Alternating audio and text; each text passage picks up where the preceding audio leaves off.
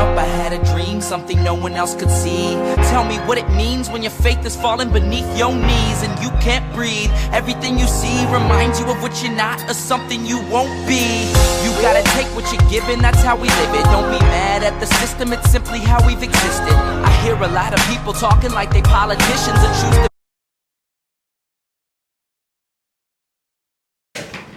What's happening, team? Hope we're all doing good. So, pretty good members area upload coming at you here. As you can tell by the title of this video, I'm going to take time to just talk through breathing and bracing. So, I didn't do a PowerPoint or a presentation or anything for this video because a lot of it I'll be actually maybe demonstrating throughout this video. And also, I've got the old trusty notes here as well, just on everything that the complex topic of breathing and bracing holds. And it is a topic that is very pronounced at the minute in the industry, but it's also a topic that can be very confusing to people. It's often very undersimplified. It is a topic that requires a little bit more context than usual when it comes to actually optimally breathing and bracing. And you know, long-term success as a powerlifter is absolutely built on someone's ability to breathe and brace really, really well. And when we start to have these leaks or energy leaks in breathing and bracing, or maybe there's one thing off or it's not just perfect at the start of your career when you're not like super strong, that mightn't be an issue. But once you start to handle more weights, bigger PRs, you're probably going to run into some issues, whether or not that's pain or just a lack of force transfer from the lower body to the upper body, because that is one thing as well. With our squats, with our deadlifts, with our lower body big compound movements, when it comes to overall force transfer and being as strong as possible, force from the floor right up through into our upper body, if we have a leak in that midsection or an aspect of our bracing that isn't actually good or as optimal as it could be, we're going to start to see that form breakdown because we're not able to transfer force effectively throughout a brace. So I have 5 or 6 points that I'm just going to cover with you and talk you through in as much detail as possible within this video, and then demonstrate some things first. So the first thing that we're going to be talking about, right, is actually how to breathe and how to brace and the concept behind breathing and bracing, right? So first thing we're going to be talking about is air, how we actually take our air in, how we create pressure in our core.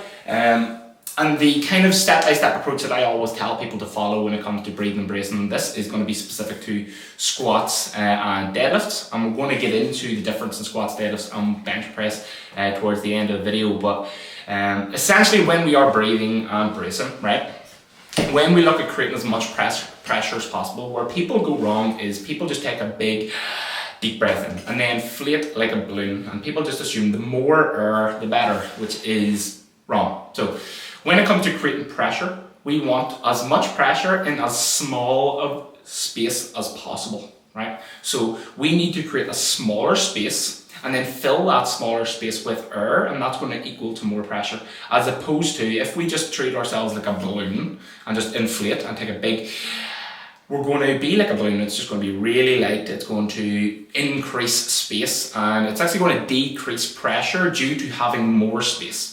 Right, so that's where people go wrong. Whenever people get started and we're just taking a big breath in, that can usually be more detrimental than beneficial most times. So the step-by-step kind of approach that I like to take with breathing and bracing with all my clients is to exhale first and then take your inhale. And what I mean by that is when you're squatting, when you're deadlifting, and when we're at the top of a rep, okay, or we're at the top of our squat, or we're just getting ready to deadlift, we want to exhale first, right? And what an exhale does is 2 things. So when we exhale, right, like a forceful exhale, so you're at the top of a squat or you're just getting ready to deadlift, right? What we want to do first and foremost, right, is exhale. We want forceful exhales, not like, right? Forceful mini exhales, like, right? That forceful, if you just do it right now, I was watching this, like a couple, 3 to 5 mini exhales, really forceful. Get the air out of your stomach. What you're going to feel is 2 things. We're creating less space. There's not as much space in our core now, right? So that's going to help us increase pressure. Secondly, you're going to feel your abs and your side obliques work. Like if you do that and exhale, you're going to feel your obliques pull in, you're going to feel your abs pull down. And that's going to put you in this barrel rib caged position, which is going to be our strongest position for breathing and bracing. We don't want an extended spine, so exhales are going to give us that position. So we always want to start with an exhale, right? So once we're here, exhale, feel our abs work. Then we have to maintain this exhaled tight position that we've just acquired. We've acquired this position, maintain it, and then take your slower inhale in through your nose first, then the mouth, right? So that's the 3-step process. So exhale first, start with the nose, then for the inhale, and finish with the mouth. The reason we start the inhale with the nose is nasal breathing is going to be more directly correlated with kind of air going to our lower stomach, our diaphragm, and mouth breathing is going to be a little bit more directed towards our chest. So breathe higher into our chest. We want majority of our air to come down nice and low. So if we start that breath with our nose, so I get the exhale first, then for 50% of our inhale, and we can always finish that with a little bit through the mouth. So I always like to go, and then clock down on it. So that's your 3-step process. Exhale, inhale with the nose, inhale with the mouth. The most important concept here is to make sure we're getting that exhale, we're feeling the abs, we're creating less space in our core. Then we want to make sure that when we're inhaling, we're not losing that space. So having exhaled, got that less space and got that tightness to just and let it all loose. You keep that and breathe into that position that we've just got, and your brace is going to be so much stronger. So that's the 3-step process that I like to tell people when it comes to taking in air, staying as strong as possible and creating a brace. So it's not just what you see all the time, right? And see even on the inhale as well, it's not about taking a big massive, you shouldn't have an open mouth. Your mouth shouldn't be so open, right? Take it through pursed lips. We want a slow inhale, gradual of air. We want to clamp down on that and feel that core working, right? So we shouldn't be a quick process, and more air is not always better. So that is point number 1, which is all about just air and how to actually take air in. Right, so the second part that I want to talk about, right, is now belly breathing versus chest breathing and a 360-degree brace. This is point number 2.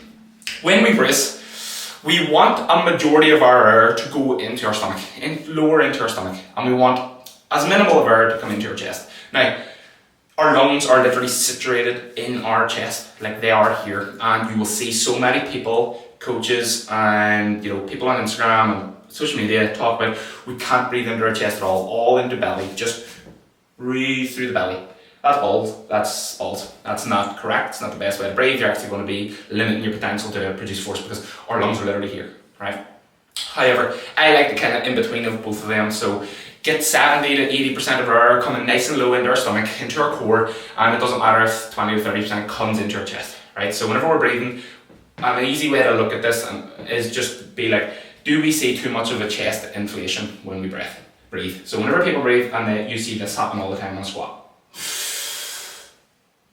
that's wrong, right? So we're taking all of our air up into our chest. That rise of the shoulder blades, that shrug of the shoulder blades, that's actually creating a lot of looseness around your upper back, right? Because what do the lats do when we're keeping tight lats? The lats keep our shoulders down and they keep our back tight. That's our lats on. When I am at the top of a rep and I'm literally eccentrically loading up my lat. I'm lifting the lat up. I'm taking tension away from that position. So I'm creating loose in the upper back. Most of my air is up here and I'm not getting it here, so it's actually detrimental. So when we're breathing, we've got our exhale first. We'll know the 3-step structure. And we're in this position. We want to make sure that we're breathing 70% of our air down here. So start with the nose first because that's directly linked. So, and then as you say, you might see a wee bit of a just at the end, a small bit come in there, and we're fine. So just make sure you're directing most of your air down into your core. The second part of that was the 360-degree brace that we were talking about. Now, when we're bracing, especially when using the belt, we want to use the belt as a reference point, as an external guide as to push into that belt, right? So a lot of people know, like, we'll take our breath in, push into that belt as hard as we can. Now, we want to push in all 3 angles. We want to push our rectus abdominis, or abs, into the belt this way. But I want you to psychologically think to yourself, I'm pushing my obliques, the side of my rib cage, into the belt that way, and I'm expanding that way. So if you're here right now, you do that step-by-step process of exhale, nasal. As soon as you're about to clamp down on that brace, push out in all 3 angles. And you will feel a lot more solid in your core. So it's not just about it's not just about pushing forward, push to the side, get your obliques on. That's going to get a lot of the deep spinal muscles activated as well, which is going to be responsible for stabilizing that spine. So that's a 360-degree brace, making sure we're actually getting all three sides expanded into the belt at the very end of that 3-step process that we did talk about, because that's the most important part. So that is point number 2. Point number 3. So I wanted to cover as well, right, belt versus no belt. And this is something that I don't see a lot of people talk about, right?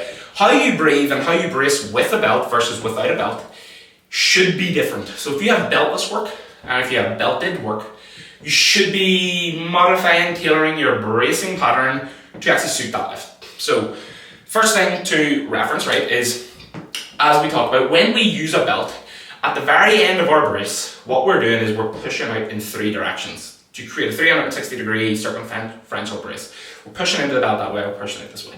And that's going to help create a lot more pressure in our core because we're using that belt as an external kind of source for stability. Now, when we don't have a belt to push against, right, we don't want to actually push out.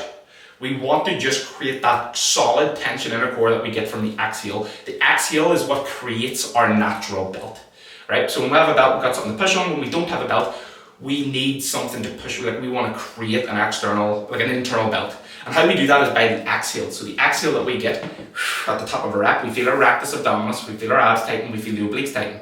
That's creating a massive sheath of muscle around our core, which is going to keep us tight.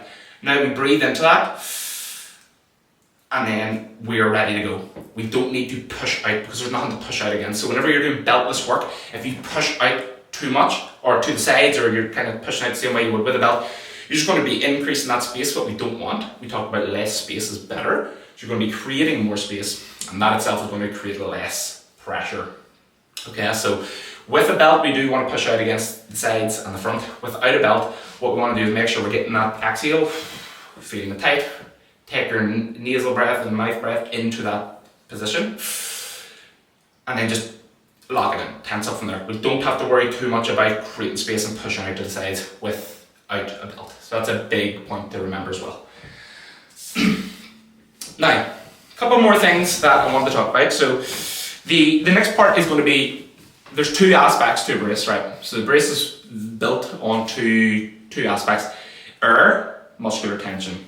We've just talked everything about air. We've talked about how to get our air in, how we want to do it, how we want to utilize it to create tension.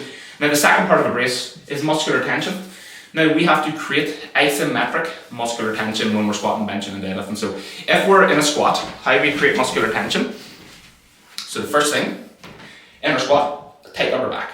So we need to create this cylinder, and we need to get our shoulder blades down and back, right? That's step 1. So get tight upper back.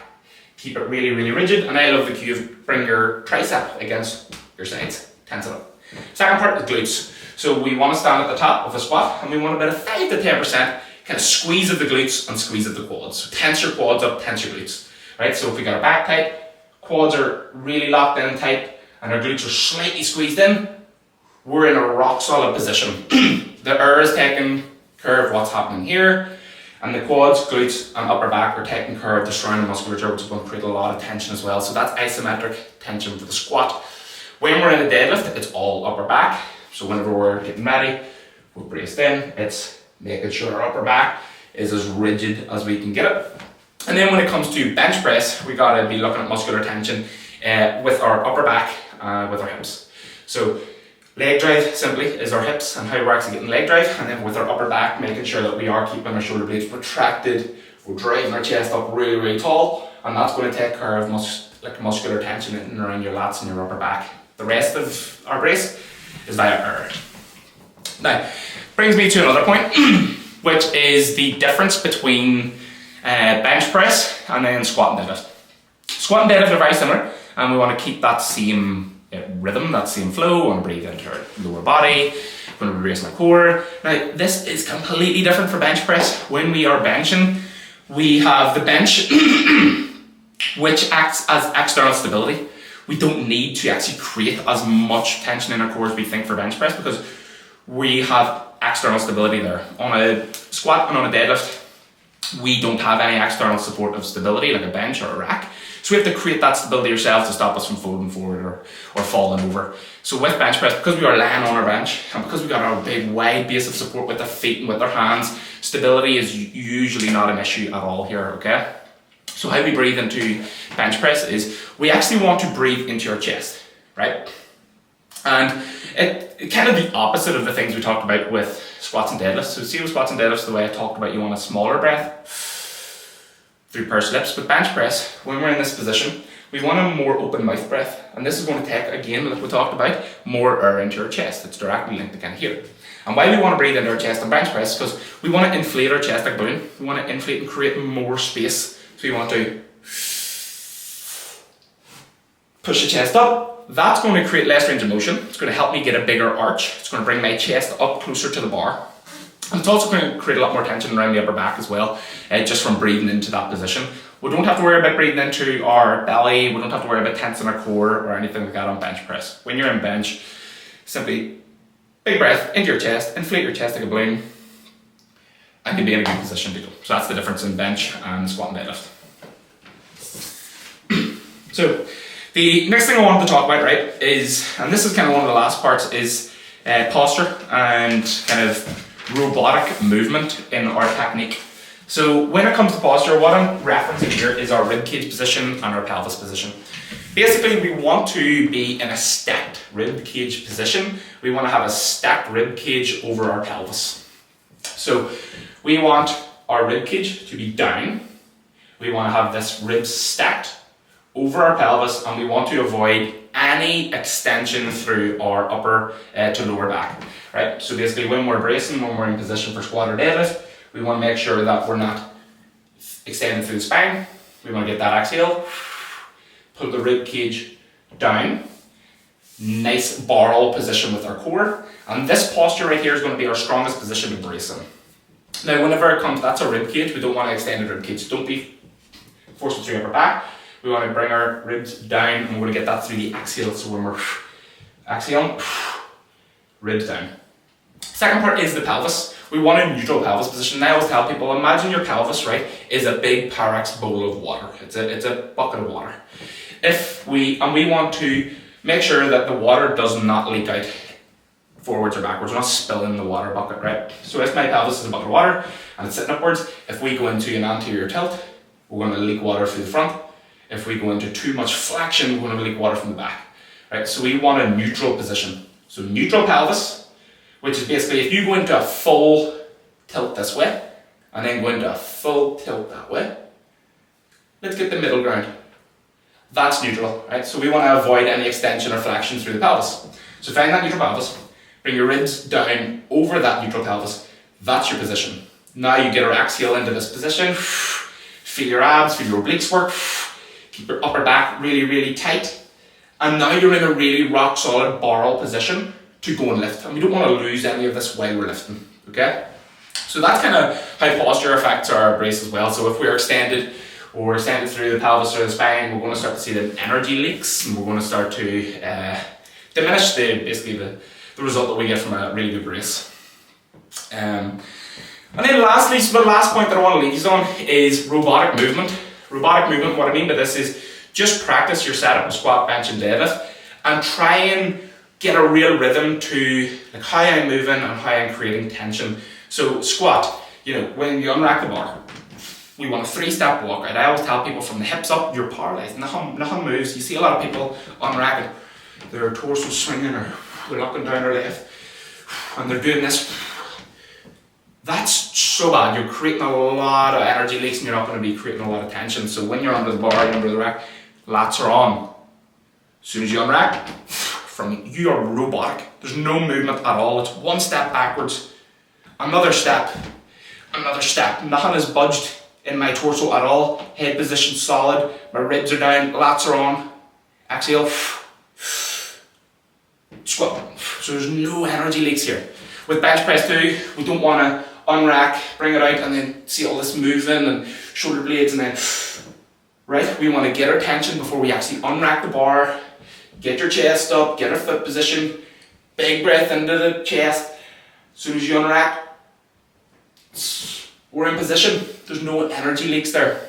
So yeah, how your constant setup, how your approach to the bar influences your brace is very important. And if we can start to kind of get really robotic basically with your movement, we're going to get a lot more from our technique. So that is a majority of what you need to know when it comes to breathing and bracing. How to get air into our core, how we utilize the air in our core, the fact that more is not better with air, how it ties in with muscular tension, so the quads, the glutes and the upper back. Things to look out for that are incorrect, like too much chest breathing, how our posture impacts your brace, so we want the ribs down, neutral pelvis and nothing different. And then how our setup impacts our bracing as well. So we don't want too much movement in our setup. All right, so we want to stay as rigid as possible, like a robot. So that is, yeah, everything breathing and bracing, guys. I hope you enjoyed this video. Definitely a productive one, and I've got a lot more in the pipeline for the coming weeks and months. So if you have any questions at all on the topics we've covered in this video, I highly suggest that you utilize the one-to-one calls with me on a monthly basis. That's what they're for.